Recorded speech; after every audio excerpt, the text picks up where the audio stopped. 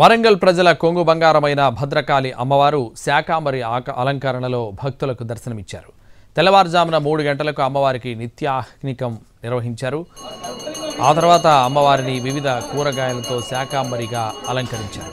ఉదయం 9 గంటల నుంచి భక్తులను దర్శనానికి అనుమతించారు. శాకాంబరి నవరాత్రుల చివరి రోజున భద్రకాళిని దర్శించుకునేందుకు ఆలయానికి భక్తులు పోటెత్తారు.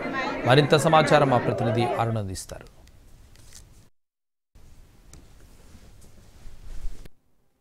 భద్రకాళి అమ్మవారిని శాకాంబరి రూపంలో దర్శనం చేసుకోవడం కోసం భక్తులు పెద్ద ఎత్తున వస్తారు. అమ్మవారిని పూర్తిగా శాకాలు కందమూలాలతో ఉన్నటువంటి రూపంలో దర్శనం చేసుకుంటే తమకు ఉన్నటువంటి రోగాలు కానీ ఇతరత్ర సమస్యలన్నీ తీరుతాయి, పూర్తిగా లాభం చేకూరుతుంది, అష్టైశ్వర్యాలు ప్రాప్తిస్తాయి, కరువు కాటకాలు పోతాయి అనేది ఇక్కడ ఉన్నటువంటి వరంగల్లో ఉన్న ప్రజలకు అత్యంత విశ్వాసంతో ఉన్నారు.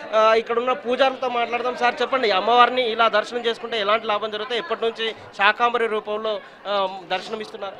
శాకాంబరిగా ఆకుకూరలు కూరగాయలతో అమ్మవారిని కనుక పూజిస్తే మన కరువు కాటకాలు తొలగిపోతాయి, వరంగల్ కూడా సుభిక్షంగా ఉంటుంది, మన కరువు తీరిపోతుందని చెప్పి అప్పుడు ఉన్న ప్రజలతో అప్పుడు ఎంత కూరగాయలంటే ఇవో 4-5 రకాలు దొరికేవి.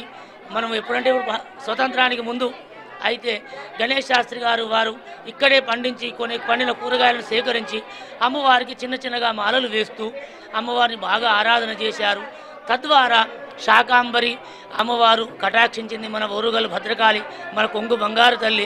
అప్పటి నుంచి మన వరంగల్లో కరువు అనేది తీరినది. పౌర్ణమి నాడు చంద్రుడు ఆయన శాంతమూర్తి కనుక మరి గురుస్వరూపం, ఇది గురు పౌర్ణమి, వ్యాసుడు పుట్టినటువంటి ఒక రోజు కాబట్టి ఈనాడే అమ్మవారిని నిండు శాకాంబరిగా మనం దర్శిస్తే పూజిస్తే ధ్యానిస్తే మన కష్టాలు దొరుకుతాయని శాస్త్రి గారు చెప్పడము, వారి కుమారులు ప్రధాన ఆచార్యులు శేషు గారు వారి ఆధ్వర్యంలో పరంపరంగా 3 కూరగాయలతో స్టార్ట్ అయిన దండలు 3 క్వింటల్ల వరకు కూడా నడుస్తున్నాయి.